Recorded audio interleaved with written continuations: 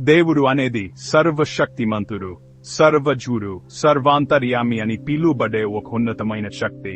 దేవుడు సృష్టికర్త, పాలకుడు మరియు సర్వలోకాన్ని శక్తిగా పూజించబడతారు. ఒకప్పుడు ఒక చిన్న గ్రామంలో రామయ్య అనే రైతు ఉండేవారు. అతను చాలా కష్టపడి పని చేసేవారు, కానీ అతని పంటలు ఎప్పుడూ సరిగ్గా పండేవి కాదు. ఒకరోజు రామయ్య దేవుడిని ప్రార్థిస్తూ, దేవుడా, నా పంటలు బాగా పండాలని ఆశీర్వదించు అని కోరారు. దేవుడు రామయ్య ప్రార్థన విని అతనికి ఒక స్వప్నంలో కనిపించారు. గాడ్ రామయ్య, నీ కష్టానికి నేను ఆశీర్వాదమిస్తాను. నీ పంటలు ఈసారి బాగా పండుతాయి. రామయ్య ఆనందంతో నిద్రలేచి మరింత కష్టపడి పని చేయడం ప్రారంభించారు. దేవుడి ఆశీర్వాదంతో ఆ సంవత్సరం అతని పంటలు బాగా పండాయి.